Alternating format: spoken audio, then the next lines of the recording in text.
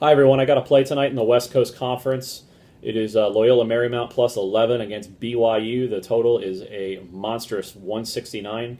The record right now is 18, 15, and 1, and I'm feeling great about the way this project is going right now. Thanks to all of you who follow me, tweet, retweet at me. Let's talk basketball. It's been great. Everyone's been super cool. This has really been a lot of fun, so thank you. And for me, familiarity is breeding a lot of confidence. I'm finding that I'm following a lot of the same teams. I'm playing them, game after game. I'm doing a lot of West Coast Conference for some reason, even though I live on the East Coast. They have a TV network online. You can stream all the games. You can go back and review highlights, watch the full games. And I just find getting information is a lot easier than trying to find even like larger conferences. Maybe larger conferences have subscriptions, but these smaller schools just want to get their product out there. So it makes looking at these games a lot easier. And for me, even if I lose a game or I lose a play, I try to go back over that game and find out what happened. Did I miss something? Did I just completely misread something? And a lot of times going back over a loss, I learn more than I do in a win. In a win, I tend to just move on. Hey, great, yeah, I nailed it. But I don't try to learn anything or pick up anything new. And that's something that I need to get better at. And it might be a tip for all of you who are out there following me and trying to handicap college basketball as well. Try to go back over your losses and find out what you did wrong. And hey, this is college basketball. Teams are going to play every 2, 3, 4 days. You may be in a position where you learn something about a team that night, and you can go back 2 or 3 nights later and play them or fade them, and just get back what you lost the other 2 nights ago, and everything is fine. So definitely don't be afraid to go back over your losses. But as far as this game goes, BYU, they're coming off a home win against Pepperdine, and the Waves were plus 15.5 in that game. They were within 2 points at the 5-minute mark, even missing their 2 leading scorers. So they got a great performance off of their bench. BYU pulled away late. Tyler Hawes, he had an unbelievable second half, couldn't miss.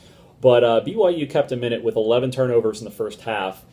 And so, there are no easy outs in the WCC. Even though Pepperdine, 15-point underdogs, they punched them, they hit them, they stayed within that game.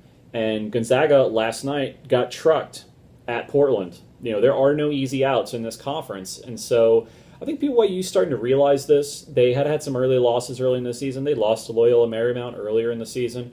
But they're really starting to turn things around, and especially with them being at home, I really like them in this spot. And here's why. So I mentioned earlier, the Cougars, they have a bit of revenge motivation. LMU got the better of them on December 28th, so right between Christmas and New Year's, road game, a little bit of distraction for BYU. And LMU's Payne scored a career-high 27 points. Tyler Hawes scored only 11 points on 4 of 11 shooting, very pedestrian. So though Pepperdine, and we're going back, and this is why I'm going to kind of justify my play here, Pepperdine was picked dead last in the West Coast Conference, but their performances thus far have proved the coaches' poll to be dead wrong. Okay, they clearly have the talent to get to the West Coast Conference semifinals in Las Vegas, but from what I've seen so far this season, the same can't be said for LMU. So far in the season, they started 1-3 in conference play. They eked out a home win, which was against San Diego, which was an against the spread loss, and they followed up with 3 straight losses, both straight up and against the spread against San Francisco, Santa Clara, and then the reverse match against San Diego. So this is their 4th straight road game. They're coming 0-3, and they're going to altitude. I really, really don't like LMU in this situation. So with revenge on their mind, LMU coming to altitude and an 0-3 ATS, a straight-up run. I like BYU in this spot big. Even as of about 5:30 Eastern Time, I'm not really sure if Mika is going to go. I still like them.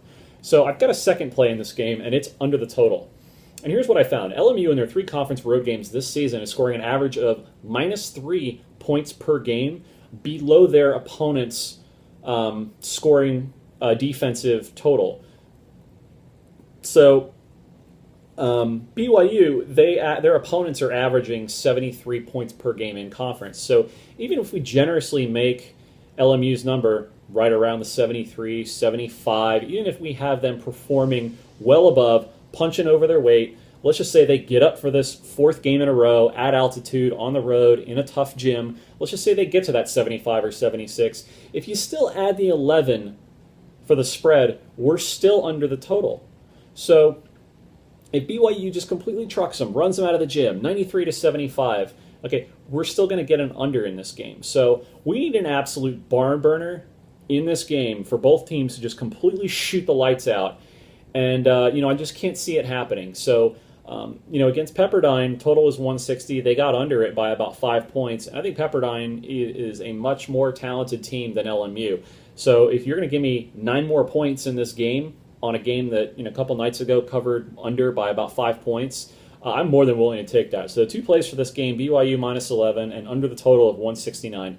Let me know what you think on Twitter at Black and Teal. You can find all of my college basketball write-ups and videos at hashtag Black and Teal CBB. Thanks for watching.